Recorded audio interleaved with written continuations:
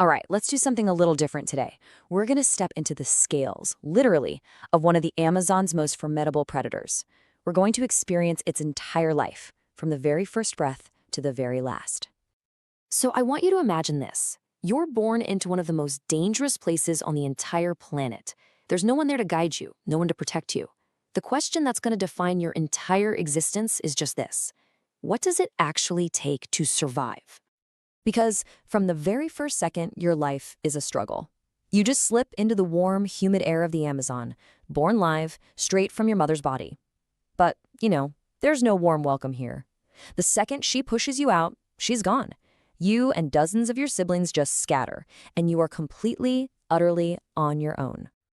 And right there, that's where your journey truly begins. This first chapter, it's all about one thing: just trying to survive in a world that sees you as, well, nothing more than a potential meal. I mean, look at this. It's a total mismatch. On one side, there's you.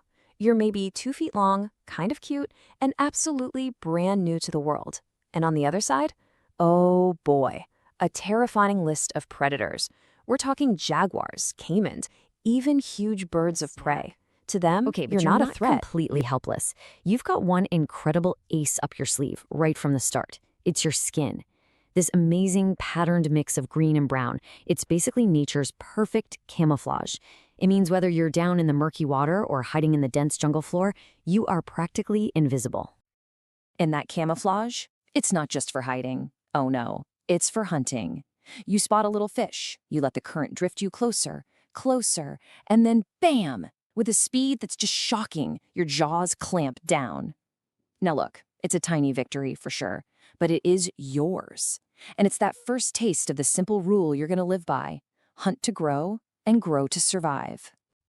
And with every single meal, you get a little bigger, a little stronger, and a whole lot bolder. See, you're not just hiding anymore.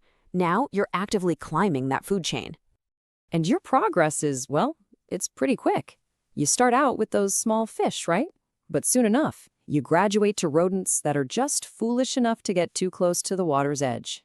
From there, you're taking on capybaras. We're talking the world's largest rodents. And then comes the first real test: a young caiman. Every single one is a level up.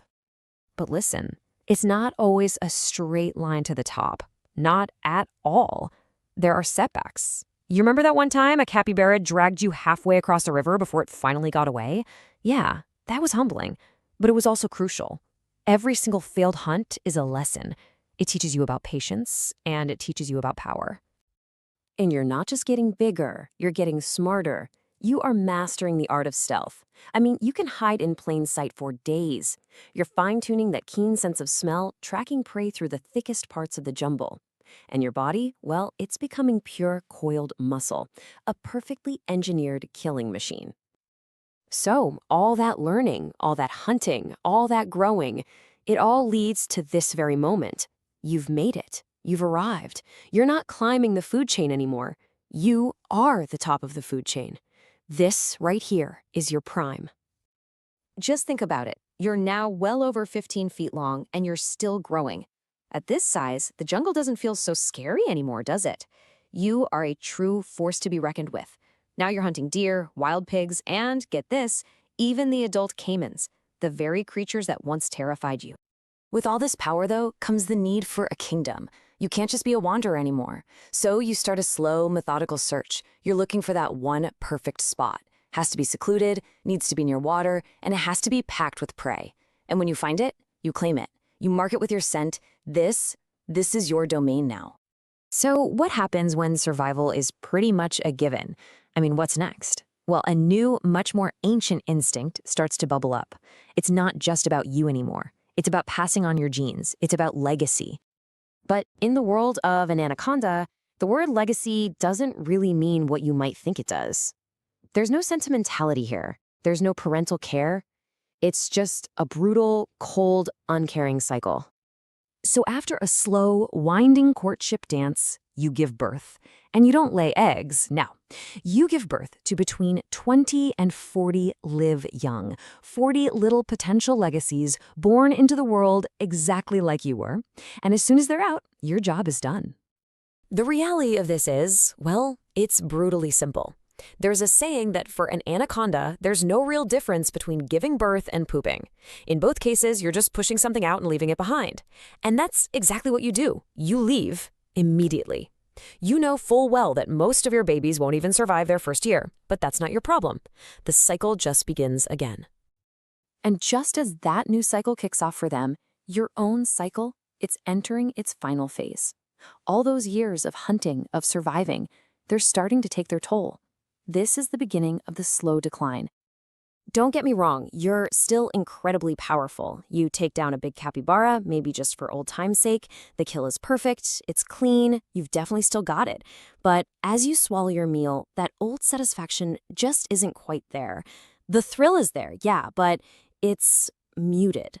Something inside has changed. And then it happens. You're stalking a young deer. You get into position, you lunge, but your body, it just doesn't respond with that same explosive speed it used to have. You miss. The deer is gone in a flash. And you know it's the first failed hunt in a very, very long time. And this one feels different. Now you can feel the exhaustion. It's deep in your muscles. It's a kind of bone-deep tired that you just can't shake. The weight of all those years, all those hunts, it's finally catching up. You know, the unglamorous truth of it all is that for a giant anaconda, the end almost never comes in some dramatic final battle. It's much, much quieter than that. You just grow too slow and too tired. And so your story, which began when the jungle first spat you out into the world, it ends when it quietly, gently takes you back. You find one last resting place, and your massive body returns to the very ecosystem that you once completely dominated. So there you have it, the brutal, the lonely, and yet the absolutely incredible life of a giant anaconda. And it kind of leaves us with one final thought, doesn't it? In a world that shows you zero mercy, a world that truly does not care if you live or die, is a life that is dedicated to pure, raw survival, magnificent in its own right? It's definitely something to think about.